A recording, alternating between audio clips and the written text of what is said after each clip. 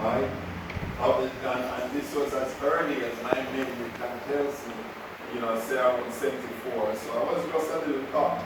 But right through the 70s and certainly in the early 80s, we had gas shortage. And in both situations, what you would have is how people reacted. People reacted by hoarding things, hoarding things. Whether it's the gas or the food items that they would get, they would try and hoard them. And in particular, the gas thing, both were political, but the gas thing really was a little bit more external, in the sense that a cartel of oil producers reduced its output so that there will be less gas available on the market, right? They reduce the output, right? So the price goes up, right? There's a shortage, so it goes up. Gas becomes more expensive, but people did not buy less. You know why they didn't buy less? It was a sorry sight, yes, because people lined up sometimes for hours every day to hoard the gas that was available. They have these cans of buying gas, and they hoard them. And the same thing in the supermarket. Right? People go and they can get things, but they buy, yes, and they buy the marriage stuff, though. But they would not need so much. In our first reading, God wants to see a different kind of response to shortage. God wants to see a different kind of response when we encounter a shortage. Not long after the Exodus from Egypt, the people's food supply run low. There was a shortage.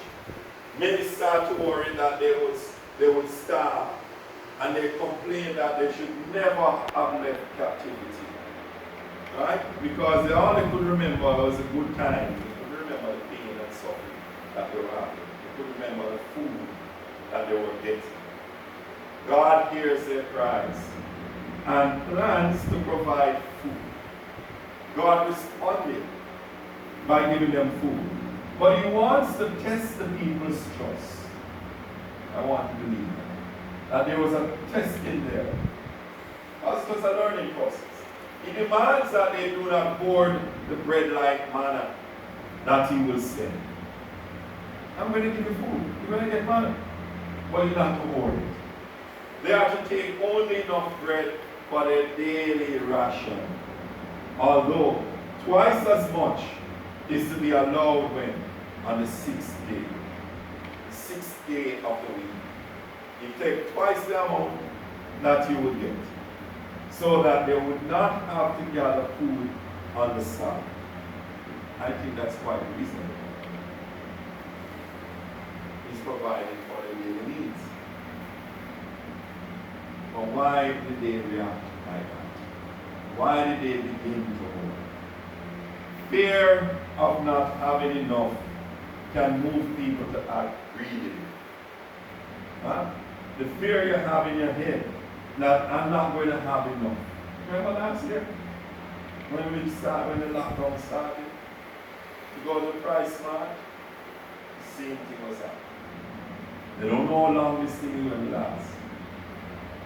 So I'm not going to have enough. So they go back. Hoarding is not being prudent, but selfish. When we hoard, we are not being prudent, we are being selfish. It's a fallacy. When we start to hoard and saying that God help those who help themselves. So that is why we are hoarding. In times of shortage, we need to be especially conscious of the common good. We need to be especially conscious of the needs of others around us, not just ourselves. Hopefully, government officials will provide prudent guidelines for how we should act. In any case, let us learn. We have to trust that God will provide for us as we consider the welfare of others. We have to believe in that. We have to trust that God is going to hear us, because as we will do, we're going to pray. Give us this day our daily bread. And we have to allow God to provide for the need. Amen.